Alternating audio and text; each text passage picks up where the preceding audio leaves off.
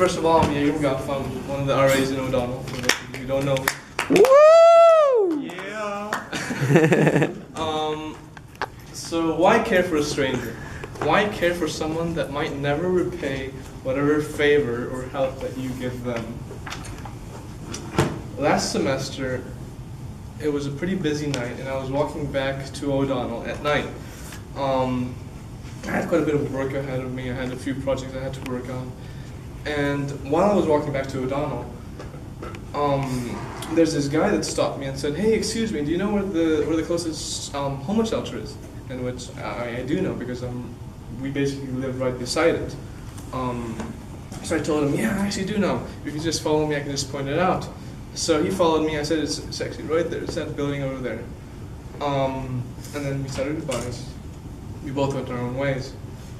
Like 3 seconds later, something hit me and something made me realize that I actually had the power and the resources to make a difference in this man's day.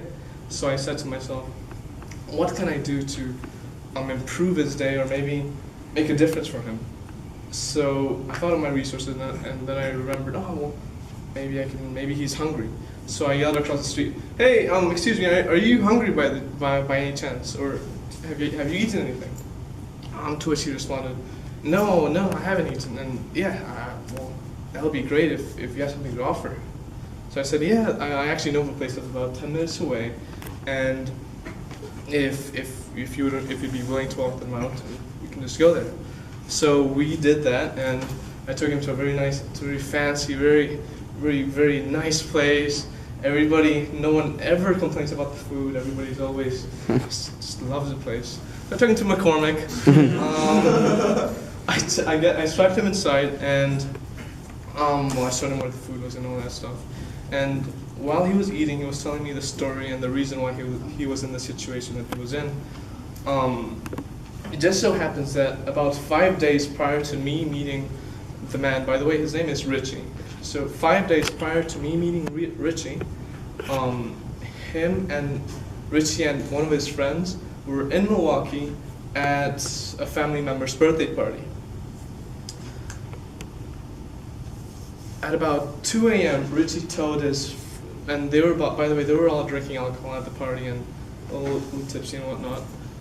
So at about 2 a.m., Richie told his friend, "Hey, I think we should start heading back home because, well, they live in Stevens Point, which is about 3 to 4 hours away from Milwaukee."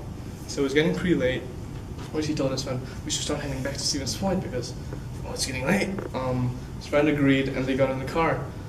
About 2 blocks away from the house that they started in, they were stopped by the police. Richie didn't really go into the details about this, but it just so happened that they were both arrested. Richie's friend was sent back to Stevens Point and then arrested at a jail over there. And Richie was arrested in a jail in Milwaukee. And by the way, Richie had never been to Milwaukee. It was his first time. So Richie was in jail in one of the Milwaukee jails for 5 days, and he had no money, he had no food, he had nowhere to stay, and no phone. So basically all he had was the clothes that he was wearing that day. So I asked Richie, "So how do you plan on getting back to Stevens Point because it's pretty far away?" And he said, "I have no idea, but I mean, if I had a computer, then maybe I could use this app called Pinger, which is a program that you can use to text other people who also has Pinger, or I could also use Facebook." So I thought of, where can you use a computer? So I thought, well, maybe I could just take him to O'Donnell. So I asked him, would you mind walking about 10 minutes to one of the places that I know that has a computer that you can use? So we walked over to O'Donnell, I checked him in, we went to the computer lab, and I logged him in. To make the long story short, he made a bunch of different messages. He sent a bunch of different messages to many different people. Did a bunch of phone calls, and nothing was turning out. It just seemed like the situation was going nowhere. So I figured, well, what should I do? Because right now, by this time, the visitation hours were coming to an end. It was about 12:30 at night, and O'Donnell visitation hours end at 1. So I said to myself, just look, maybe there's a train or maybe there's a bus that goes from Milwaukee to Stevens Point. Luckily, there was a bus, one of the Greyhound buses. the ticket cost $40, but I realized that the $40 would make so much more of a difference for Richie than it would for me. So I figured I would just help him out and pay for the ticket. After that, I printed out a map to make him, well, to show to him how to get to the Greyhound station. Just don't want to get lost in this whole scenario. So printed out the map so show him how to get there, and just in case that. So then we decided to call the homeless shelter to just make sure that there was still room for the night. Luckily there was room, and well, we said our goodbyes and off went Richie. I guess one of the reasons why I decided to share this story is because I really had no big obligation to make a difference in Richie's day that one time. I could have left his life or exited his life just as fast as I entered it.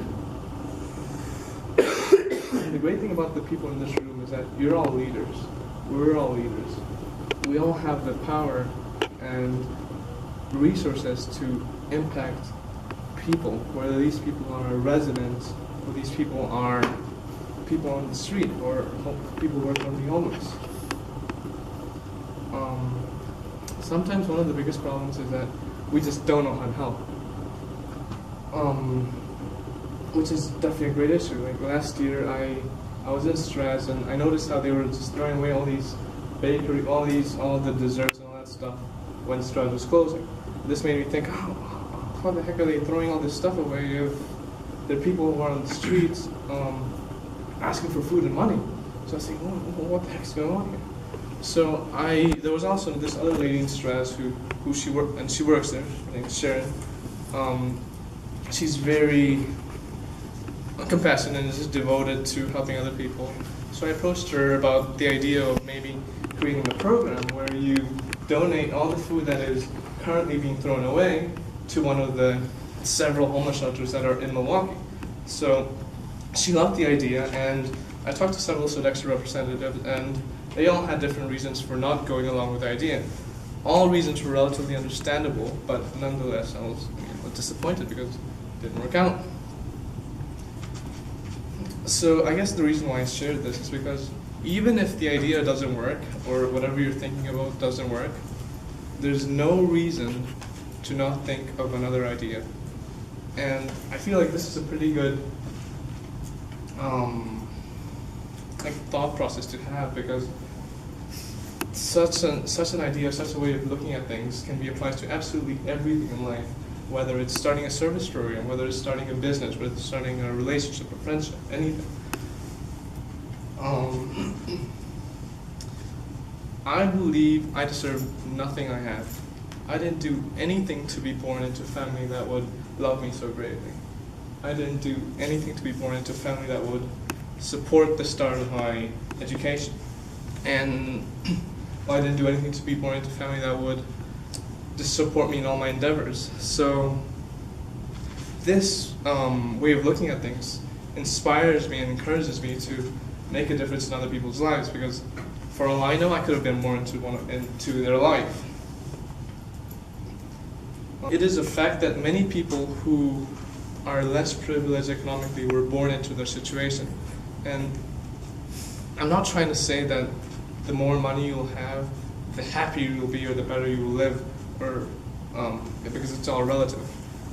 But what I am trying to say is that with money, when you have money, you're able to, money leads towards having an education.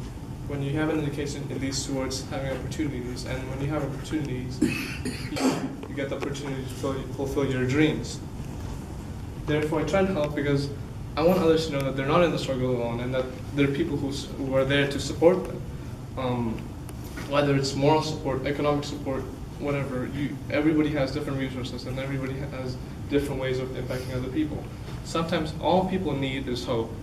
And hope is one of those things that it's impossible to quantify and to describe how much of an impact hope can do, because hope can just make such a huge difference in someone else's life. So I guess one of my biggest goals is just give hope that you can get out of the situation, you can become whatever you want to become.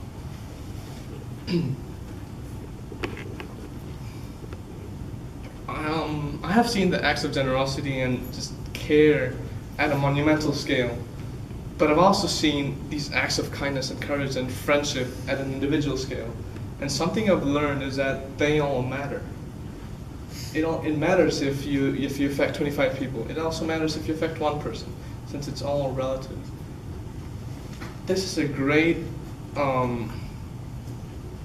This is just so great because in this room we have the power to affect our residents. We have the power to affect, like, whether it's 25 residents, whether it's one resident.